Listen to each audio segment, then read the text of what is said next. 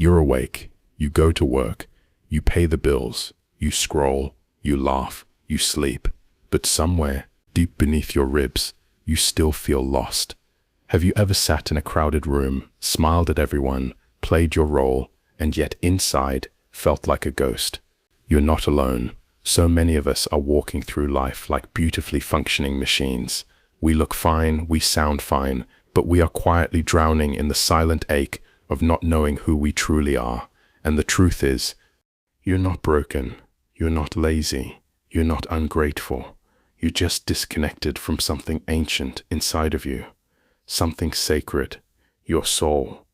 Carl Jung once said, people will do anything, no matter how absurd, to avoid facing their own soul. And isn't that what we're all doing? We distract ourselves with noise, with busyness, with hustle, with perfection.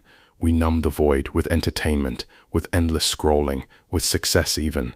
But when the night falls and the world quiets, we're left with that same whisper. This is not who you are. Let me tell you a secret that no one talks about. There is a crisis happening in our world right now. Not a crisis of economy, not of technology, a crisis of soul. We have built civilizations on speed, success, and survival, but in doing so, we forgot how to be, we forgot how to listen, we forgot how to feel, we forgot how to remember. We're living in a world that teaches us everything except how to come home to ourselves. We are praised for productivity, but punished for stillness. We are told to chase dreams, but never taught how to sit with emptiness. The mirror of emptiness. Have you ever asked yourself, why do I have everything and yet still feel nothing? It's because we were taught to climb the wrong mountain. We were told that if we get the degree, get the partner, get the house, then we will feel whole. But when we get there, we find out it's a lie, because your soul doesn't care how much you achieve, it only cares how much you awaken. And that's the moment everything begins to unravel. The descent. There comes a moment in every soul's journey when the old life no longer fits, but the new life hasn't yet arrived. It feels like dying. It feels like confusion. It feels like you're going backwards. This moment is sacred because it means you've outgrown your old self and your soul is calling you home. But home is not a place. It's a state of being, and to return there, you must first lose your way.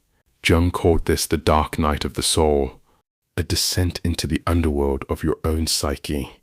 It's where you meet your shadow, the parts of you that you denied, rejected, abandoned, your grief, your rage, your loneliness, your truth. And in that darkness, something miraculous happens. The forgotten self. Beneath the wounds, beneath the masks, beneath the noise, there is still a you that has not been ruined by the world. That self is quiet, but not weak. It is gentle, but not small. It is the part of you that still believes in beauty, still trusts in mystery, still knows that life is not just to be understood, but to be felt. That self is your soul, and it has been calling you, not through loudness, but through longing. Haben, the war inside. But here's the paradox. As you begin to awaken, as you try to follow the path of your soul, your ego fights back, because the ego is afraid of losing control, afraid of change, afraid of the unknown. So it tells you lies. You're wasting your time. You'll be alone. No one will understand. It's too late. But don't listen. That's not your truth. That's your fear. And every you reclaim a piece of yourself that you had once lost. The return to wholeness. Jung called this process individuation, the journey to become whole, not perfect, to integrate, not escape. Healing isn't about becoming someone else. It's about remembering who you were before the world told you who to be. And as you remember, you start to feel again, not just pain, but wonder, awe, presence, peace. You begin to taste life again, not in your mind, but in your body, your breath, your soul. The awakening. Here's the truth. You were never meant to just exist. You were meant to live deeply, to feel fully, to create courageously, to love wildly. You are not here to repeat the pain of your ancestors. You are here to transform it. You are not here to fit in. You are here to remember the call. So if you feel lost right now, if you feel numb, empty, tired of pretending, it is not your failure. It is your invitation. Your soul is knocking, not to destroy what you've built, but to awaken what you've forgotten. You don't need more goals. You need more grace. You don't need to fix yourself. You need to feel yourself, because your soul is not missing. It is just waiting, waiting for you to stop running, to turn inward, to be still, and to whisper back, I hear you now. I'm coming home. If this message stirred something ancient inside you, if your heart remembered something your mind forgot, write in the comments below, I am ready to come home to myself. And please, share this with someone who feels like a stranger in their own life. Let's normalize soul talk in a world obsessed with surface talk. Subscribe to Deep Think, inspired by Carl Jung, because we're not just here to survive, we're here to become. Part 1. The Wake-Up Call. Let me ask you a simple question. Are you alive or just breathing? There's a massive difference between existing and living. Every day millions of people wake up but their souls are asleep. They scroll, they eat, they work, they sleep. But they haven't asked themselves in years, why am I here? You were not born to be a shadow, you were born to cast one. This world doesn't need more followers. It needs people who are on fire. People who wake up with eyes full of purpose and hearts burning with conviction. And if no one has told you today, let me be the first. You were born for something greater. Notch Part 2. The Fire of Pain. Nobody tells you this, but the path to greatness isn't made of gold, it's made of fire.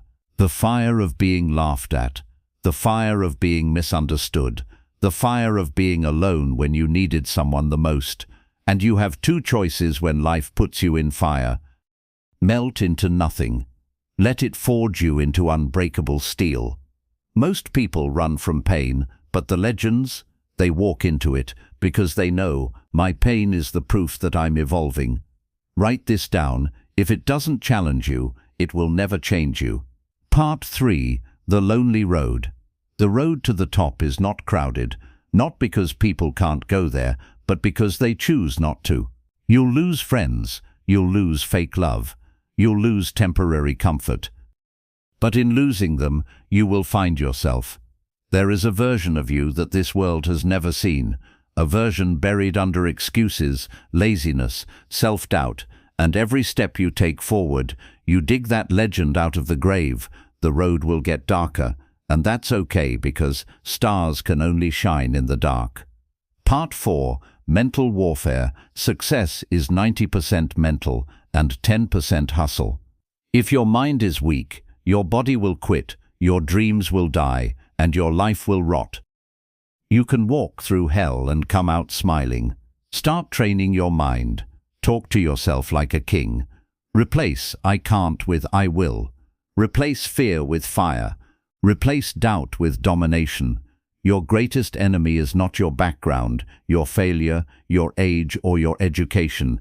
It's the voice in your head saying, you're not enough. Destroy it, every single day. Part 5. Building your empire. Stop waiting for opportunities. Create them. Stop waiting for a miracle. Be one. This is your life, not a rehearsal. You won't get a second shot. So what are you building? A fragile life of regret, or an empire of greatness? Start now, start ugly, start scared. But start anyway, because every moment you delay your mission, the world stays deprived of your light, and someone out there is waiting for you to step into your destiny. Part 6. Becoming the Legend. Legends are not born. They are built in silence, in failure, in heartbreak. A legend is the one who keeps going when there's no applause, the one who believes when no one else does, the one who turns every no into a not yet. And listen to me carefully. You already have everything you need. It's inside you. All you have to do is unleash it. Stop chasing comfort. Start chasing your calling, because comfort kills more dreams than failure ever will. Final words. Call to action. This is not just motivation, this is a battle cry. From this moment on, live like a legend, think like a warrior, love like a lion, lead like a king. You are not here to survive, you are here to conquer. So go ahead, climb, break, bleed, rise, shine, become the legend you were born to be. This is your time, this is your mountain, this is the peak motivation. Subscribe now. The peak motivation presenti convel. For topid pen copiamathidi. For pras pactus plumbing of faras motivium font converted. Torrent of fonthoiden copior, to fau odbiz, mightig thorg to you into bubble ordinarken, martbium moffatis. For cofios, puts puttidumming to jumukavent, to fau or deeple nordufon, pi central aken thinking spewed pamnuid crow, pod tobist of safe. To Robert's copied piece of portis duppies, new and the name you trids the bone, duppium milta beastie.